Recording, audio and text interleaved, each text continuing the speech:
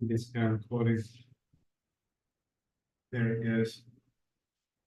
Okay, good evening again. I'm marking my page and then I took out my marker. Here it is. This now recording. Sorry. There it is. Buddha before Buddhism, the Atthakavagga. So we're doing the 6th chapter in this, which is Discourse on Old Age. So I will read, then read again the comments, and then we will discuss. Jara Sutta. Short indeed is this life. You will die in less than 100 years. And if you live longer, you'll die of old age. People grieve what they take as mine. No possession exists forever. Having seen how it is without life, having seen how it is without possessions, don't live the domestic life. With death, people lose what they conceive as mine. Knowing this, a sage should not be selfishly devoted to what is mine. Just as when waking up, one does not see someone encountered in a dream, so one does not see loved ones when they are dead, when their time is done. When seen and heard, people are called by their names. When dead, only the telling of their names remains. Grief, despair, and selfishness are not abandoned by those greedy for what is mine. Therefore, having abandoned grasping, sages live seeing safety.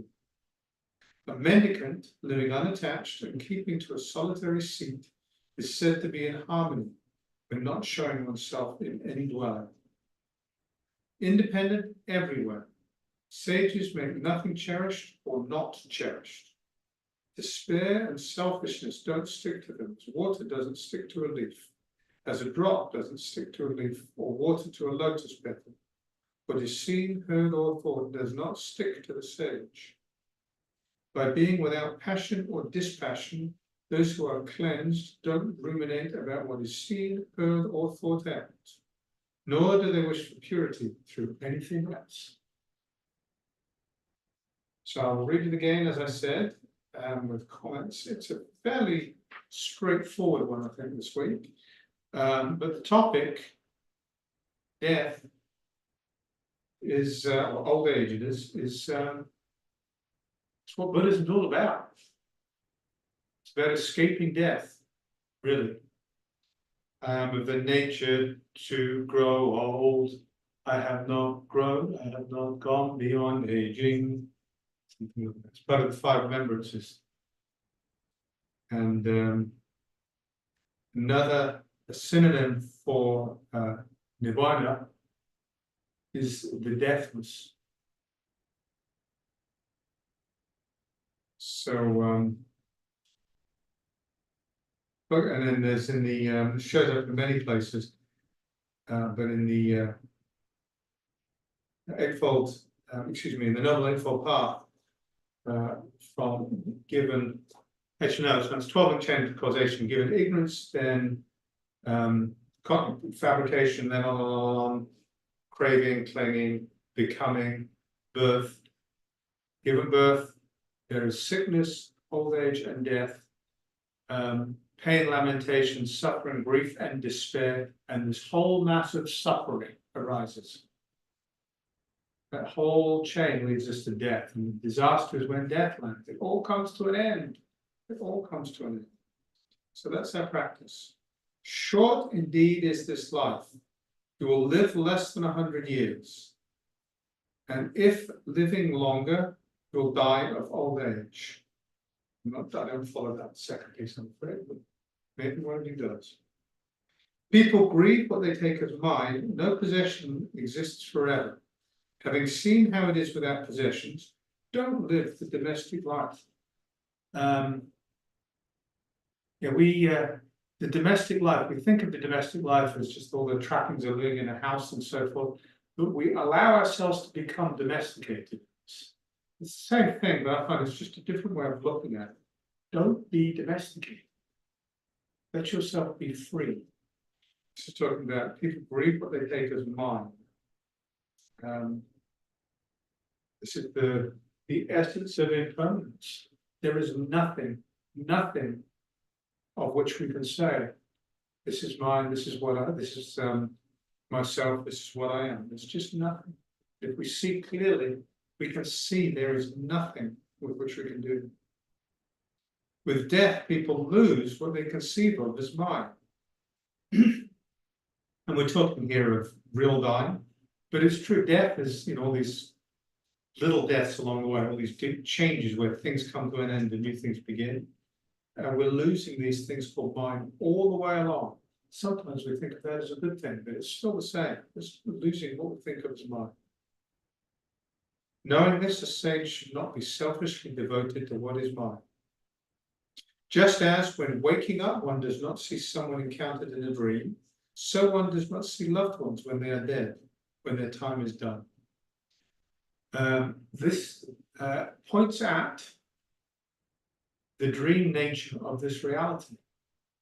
This is very dreamlike. It's illusory. We really do make our world. There's something there, but what we do with it is we make our world out of it. And it's a dream. It's illusory. So when we wake up from that dream, everything changes. When seen and heard, people are called by their names. When dead, only the telling of their names remains.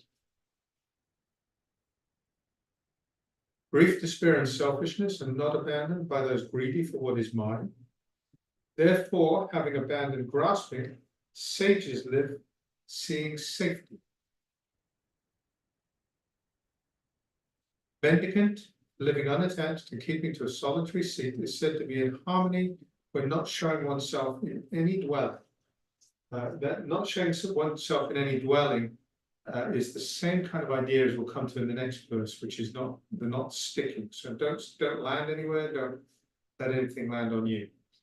Independent everywhere, sages make nothing cherished or not cherished. Despair and selfishness don't stick to them as water doesn't stick to a leaf. As a drop of water doesn't stick to a leaf, or water to a lotus petal, so what is seen, heard, or thought doesn't stick to a sage. This idea of not showing oneself in any dwelling and of nothing sticking to us. It's a lovely idea, and it's one we can hold on to it in our life and in our practice. I think it can be very useful. Not sticking to a dwelling anywhere means we're at home everywhere. Nowhere is home means everywhere is. And nothing landing. It's beautiful. The problem isn't sensory pleasures. Sensory pleasures are great. The world's wonderful. It's amazing. The problem is the strings of sensuality. The problem is clinging. The problem is when we engage with the sensory pleasures. Oh, that's nice. I want more of that. The water here is that the water doesn't stick to a leaf. The water is not the problem. It's the sticking that's the problem. It's that the leaf holds on. So the drop doesn't stick to a leaf or to the lotus petal. By being without passion and dispassion, those who are cleansed don't ruminate about what's seen, heard, or thought out, nor do they wish for purity through anything else. Without passion and dispassion.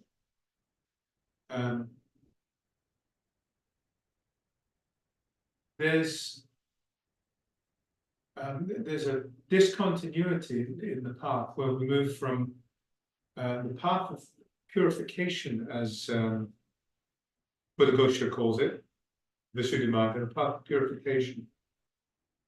We practice the precepts, we sit and we enhance our concentration, and we let go and we let go and we let go, and things become cleaner and cleaner and cleaner. The transition point, the discontinuity, is when we're not just letting go of passions, but now we also let go of dispassion. We don't just let go of perception, we let go of non-perception. It's complete freedom. Complete freedom. Doesn't ruminate about what is seen, heard, or thought out. This points at the same thing as oh goodness, I forgot his name. Bahia. Story about Bahia, which is the story in which this guy doing well on the path, traipses halfway across India, visits the Buddha, and after pressing the Buddha for a teaching, receives one, and he is told, when there is seeing, there is just seeing. When there's hearing, there is just hearing. When there's sensing, there is just sensing. And with this, if this is the way life works for you, you are neither here, nor there, nor in between. And this, just this, is freedom from suffering. Don't ruminate about what's seen, heard, or thought out. There is just seen, seen, heard, or thought out. And don't let go of passion or dispassion. Be free of both. Free of both. This is freedom.